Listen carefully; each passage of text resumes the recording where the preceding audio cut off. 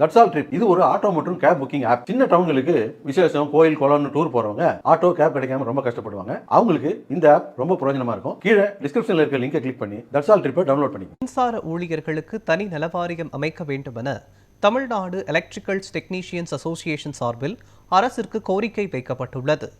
சென்னை கிண்டியில் Tamil Nadu electronics technicians association தலைமையில் 150க்கும் மேற்பட்ட சங்கங்களின் ஆலோசனை கூட்டம் நடைபெற்றது.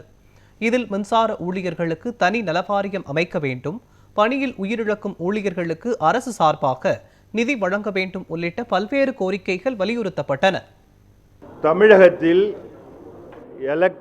Electronics, domestic appliances, AC, refrigerator, cable, solar போன்ற பல்வேறு பணிகளில் வேலை செய்யக்கூடிய தொழிலாளர்களை உள்ளடக்கக்கூடிய தொழிற்சங்கங்கள், ஒரு 50க்கு மேற்பட்ட தொழிற்சங்கங்கள் இன்று சென்னையில் கூடி தமிழக அளவில் ஒரு கூட்டமைப்பை உருவாக்குவதற்காக பேசியிருக்கிறோம்.